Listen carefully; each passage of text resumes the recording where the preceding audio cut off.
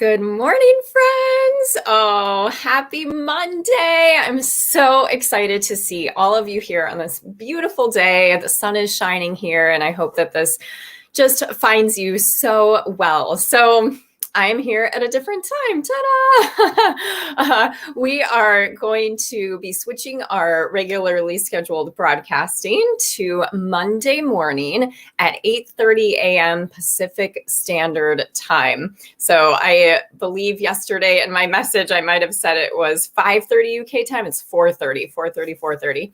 And in Ireland, and then 11:30 East Coast Standard Time. And let's see, so Tuesday mornings at 5:30. It's early, so you can always catch the replay if you are in New Zealand. So I am just thrilled to be here today with all of you. Liz is getting her car fixed right now, so she is not able to join us today, but will for sure be back next week. And I thought today it would be just a really neat opportunity to take some time to just read you some stories. I just kind of had this thought come into my brain. Good morning, Kirsty. How are you? About how there have been so many books over the years that have just really inspired me in so many different ways to just show up for myself. And again, in hearing other people's stories, there's so much power in sharing our stories, reading other people's stories, and it just really helps us to feel so much less alone. So I thought I'm just going to do something totally different today and just share with each of you just some of the books and just read to you for a little bit. Good morning, Susan. Hi. It's okay. Oh, sending you love sparkles for your teeth. Yeah, I'm glad you're going back to the dentist. So I thought that might be kind of a fun thing. So I named it Storytime with Bonnie, which kind of reminds me of my days of teaching. Oh my goodness. All right, so the first book that I have is called Untamed by Glennon Doyle. Pop in the chat if you're here live or if you are here watching the replay, if you've read this book. Glennon Doyle is really one of my favorite authors. She's just very raw, authentic, and I just can really relate so much to her writing in general. And this book is her newest book. It's brilliant. It's such a great book club book to do during this crazy COVID time with friends. You could do a Zoom meeting book club about it. But the way that her book is broken up is it's all just different little stories. And so you can kind of pick it up and just read from wherever, So today I chose a story in here, a little chapter called Ghosts that I wanted to read for you. And again, I just think that she just has had such an incredible journey through just a lot of struggle and heartache. And just the ways that she has come through have been really inspiring for me always. So she has other books as well, but this one's definitely my favorite. Hello, Jackie. Good morning. Oh, yay. All right. So it's called Ghosts, and it reads like this. When I was in my 20s, I believed that somewhere there existed a perfect human woman. She woke up beautiful, unbloated, clear-skinned, fluffy-haired, fearless, lucky in love, calm, and confident. Her life was easy. She haunted me like a ghost. I tried so hard to be her. In my 30s, I gave that ghost the finger. I quit trying to be the perfect woman and decided to celebrate my imperfection. I claimed a new identity, jacked up human. I announced to anyone who would listen, I'm a hot mess and proud of it. I love this crappy version of humanity that I am. I am broken and beautiful. F you, perfect woman. The problem was that I still believed that there was an ideal human and that I was not her. The problem was that I still believed in ghosts. I had just decided to live in defiance of perfection instead of in pursuit of it. Rebellion is as much of a cage as obedience is. They both mean living in reaction to someone else's way instead of forging your own. Freedom is not being for or against an ideal, but creating your own existence from scratch. A few years ago, Oprah Winfrey was interviewing me about my first memoir. She opened the book and read my words back to me. I was born a little broken. Then she paused, looked up from the page, and asked, "Would you still describe yourself that way, as broken?" Her eyes sparkled. I looked at her and said, "No, actually, I wouldn't. That's ridiculous. I think this sort of thing is why Jesus only wrote in the sand. Broken means does not function as it was designed to function. A broken human is one who does not function the way humans are designed to function." When I think about my own human experience, what honest people have told me about their human experiences, and the experiences of every historical and contemporary human being I've ever studied, we all seem to function in the exact same way. We hurt people, and we are hurt by people. We feel left out, envious, not good enough, sick, and tired. We have unrealized dreams and deep regrets. We are certain that we are meant for more and that we don't even deserve what we have. We feel ecstatic and then numb. We wish our parents had done better by us. We wish we could do better by our children. We betray and we are betrayed. We lie and we are lied to. We say goodbye to animals, to places, to people we cannot live without. We are so afraid of dying, also of living. We have fallen in love and out of love, and people have fallen in love and out of love with us. We wonder if what happened to us that night will mean we can never be touched again without fear.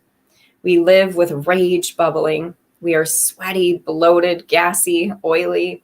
We love our children. We long for children. We do not want children. We are at war with our bodies, our minds, our souls. We are at war with one another.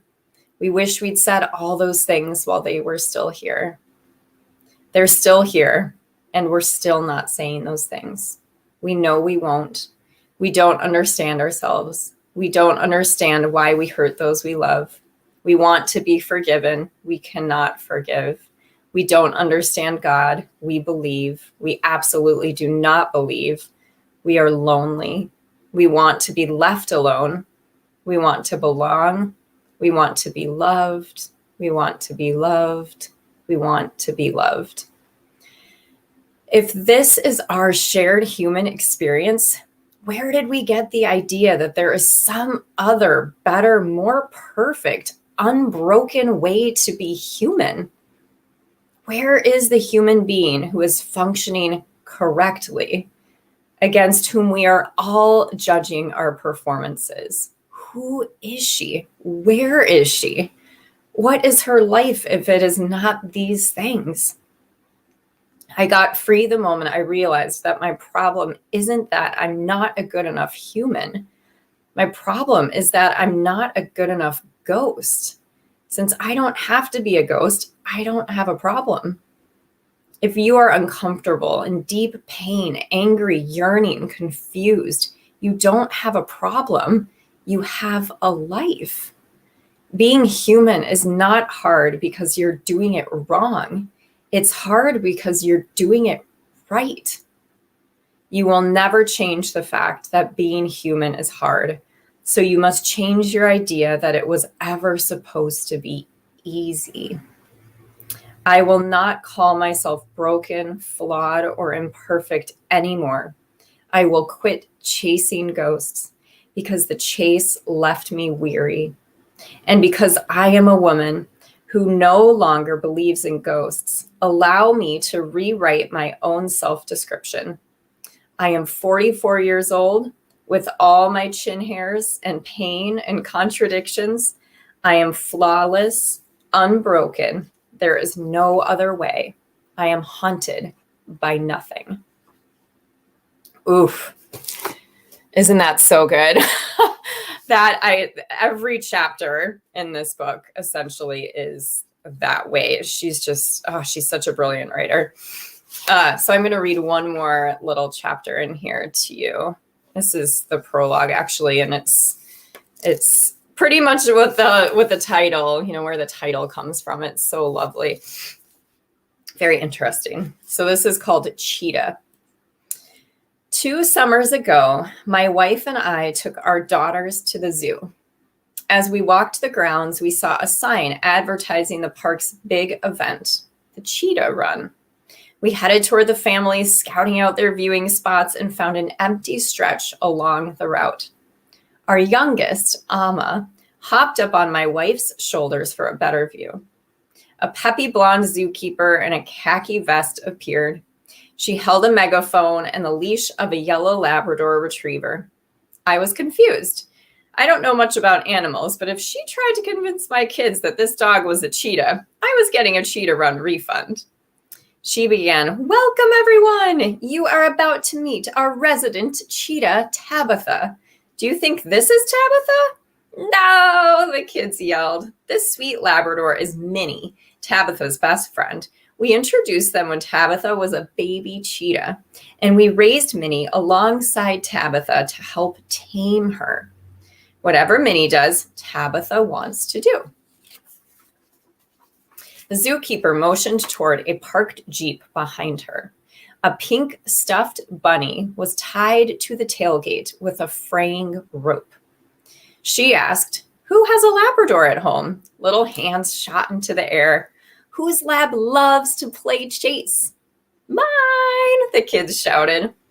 "Well, Minnie loves to chase this bunny. So first, Minnie will do the Cheetah Run while Tabitha watches to remember how it's done. Then we'll count down. I'll open Tabitha's cage and she'll take off. At the end of the route, just 100 meters that way, there will be a delicious steak waiting for Tabitha."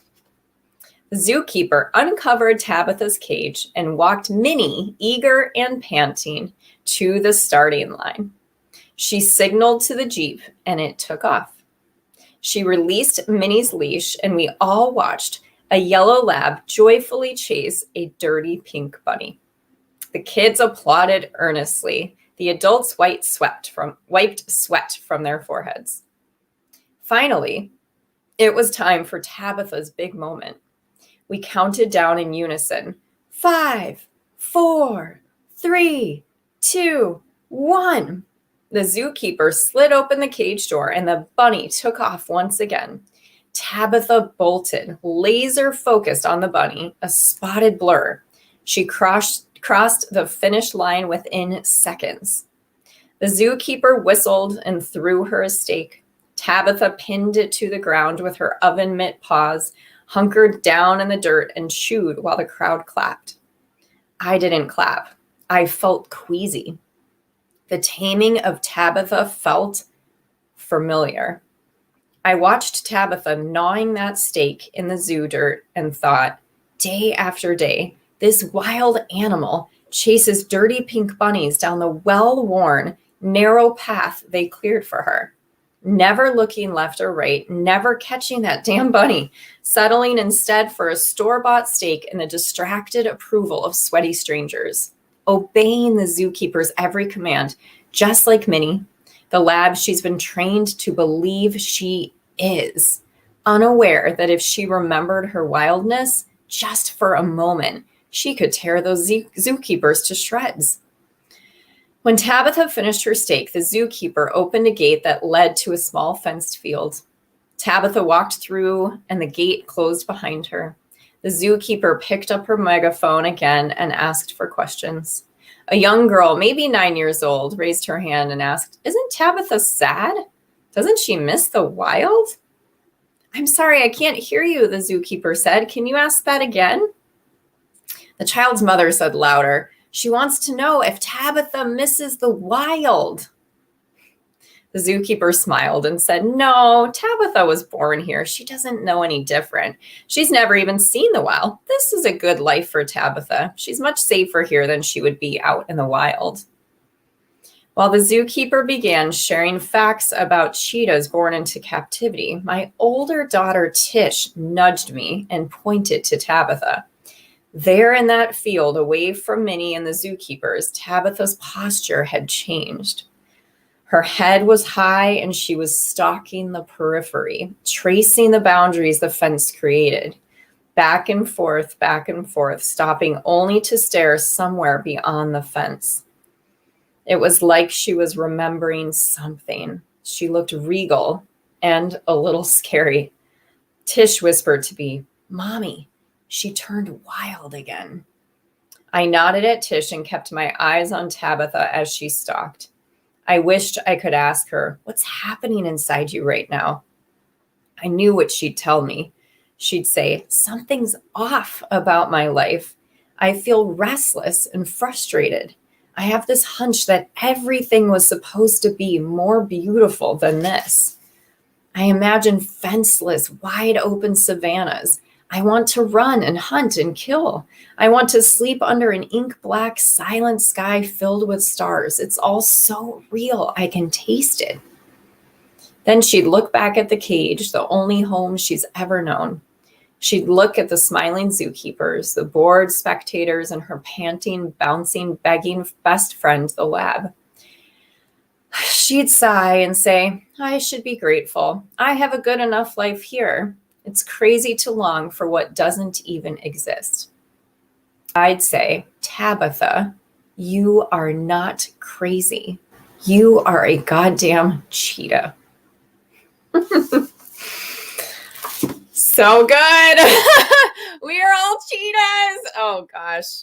Friends, this book, really, there are so many beautiful, beautiful nuggets. And Glennon just has a way of kind of looking at the world through this different lens and then putting it into story and how she sort of assimilates all of those pieces to her life. So it's a brilliant, brilliant, brilliant book. I would highly suggest it.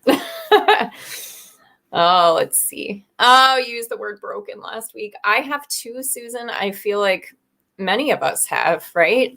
I look at it so differently when I read that part of that story, though, right? It's just, it's true. Like, we're all in this beautiful, amazing, messy human journey together, right? And that, yeah, if we're feeling all those things, it means we're doing it right, you know? So I try to breathe that in as often as I can. So yeah, again, really great metaphors, I know. Oh, goodness.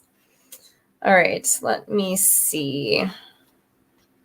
Just wanted to know where I started with this. Oh, here we go. So this is another one of my absolute favorite books. It is called The Book of Joy. It's so beautiful. I will read this book over and over and over again. It's Douglas Abrams is the one who wrote it, but it's a conversation between the Dalai Lama and Desmond Tutu.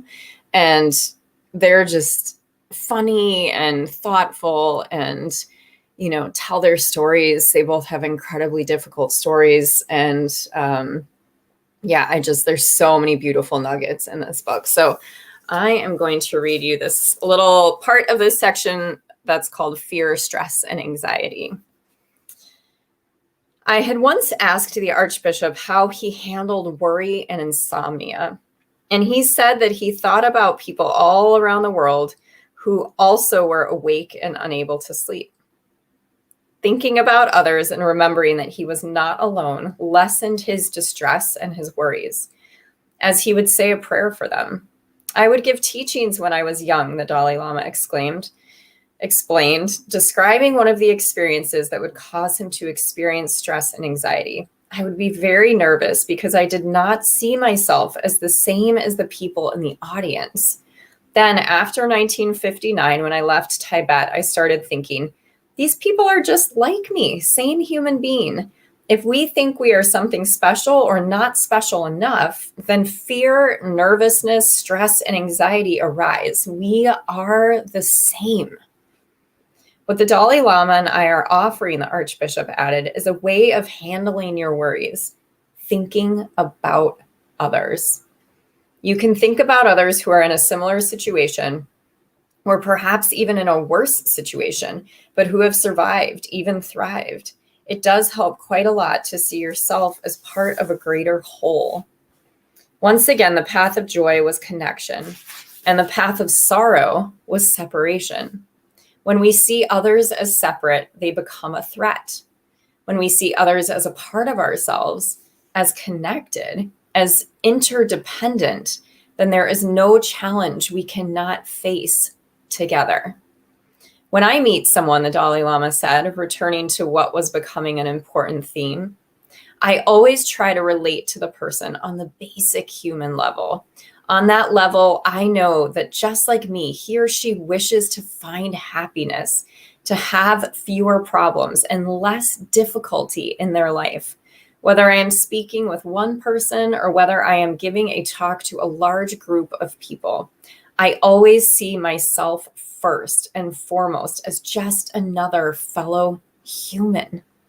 That way, there is in fact no need for introduction. Oh, I love that. If, on the other hand, I relate to others from the perspective of myself as someone different, a Buddhist, a Tibetan, and so on, I will then create walls to keep me apart from others. And if I relate to others, thinking that I am the Dalai Lama, I will create the basis for my own separation and loneliness. After all, there is only one Dalai Lama in the entire world. In contrast, if I see myself primarily in terms of myself as a fellow human, I will then have more than 7 billion people who I can feel deep connection with. And this is wonderful, isn't it?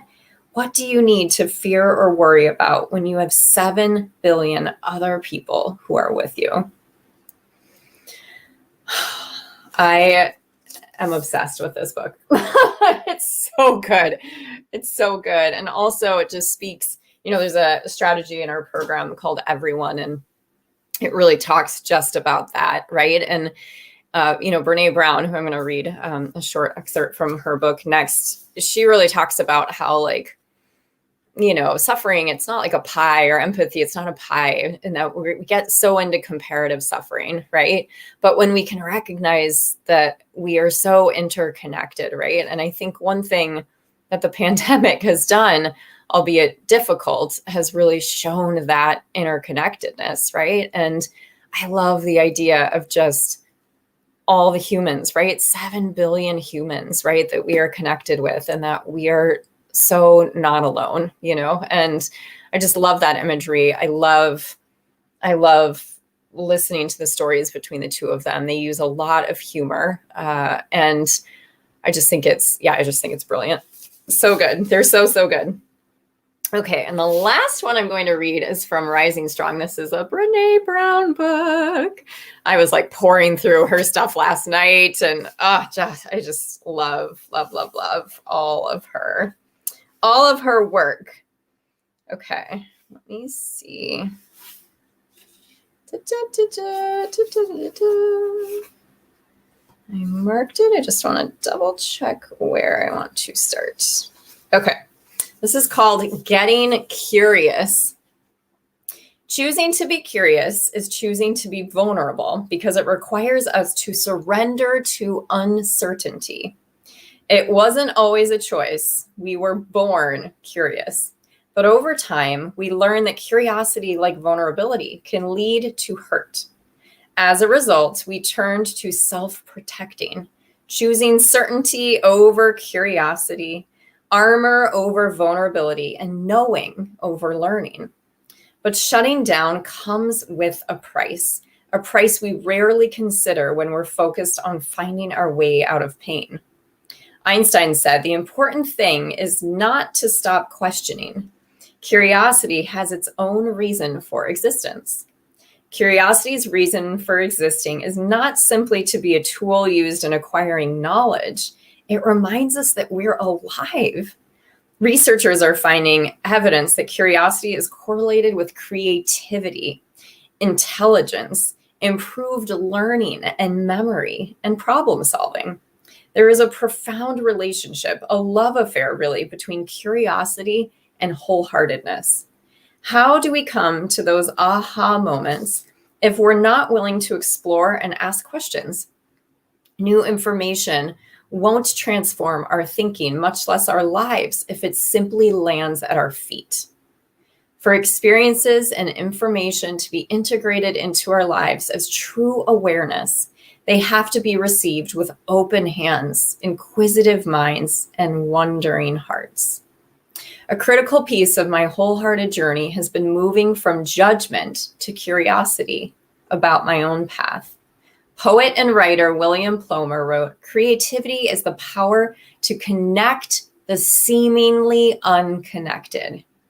Creativity is the power to connect the seemingly unconnected." I love that.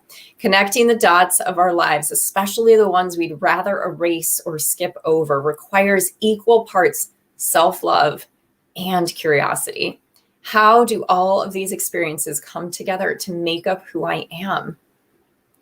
Curiosity led me to adopt and live by the belief that nothing is wasted, a belief that shapes how I see the world and my life.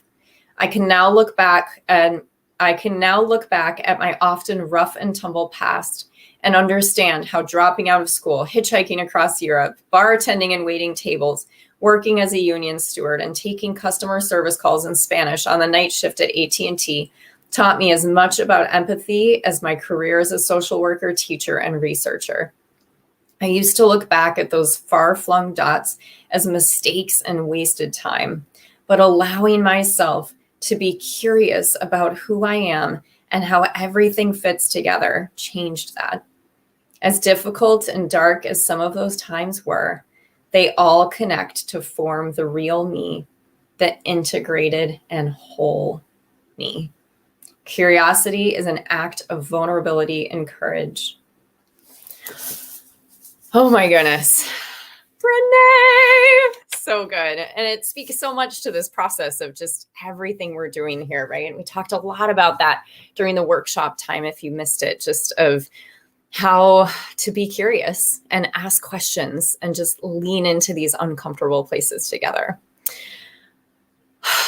I'm so happy to be here with all of you this morning. I am going to leave it there and would love to hear your thoughts about any and all of those readings, any books that you have that are your absolute favorites or ones that have been inspiring.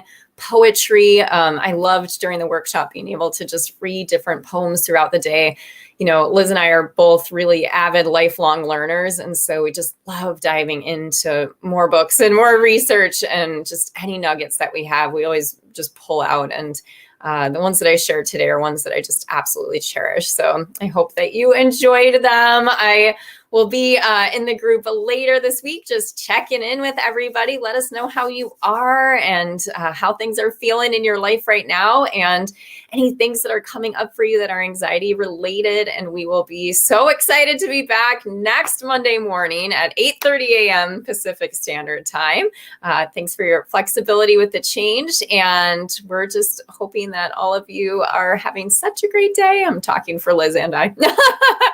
All right. Talk to you soon. Sending all of my love sparkles. See you soon, friends. Bye.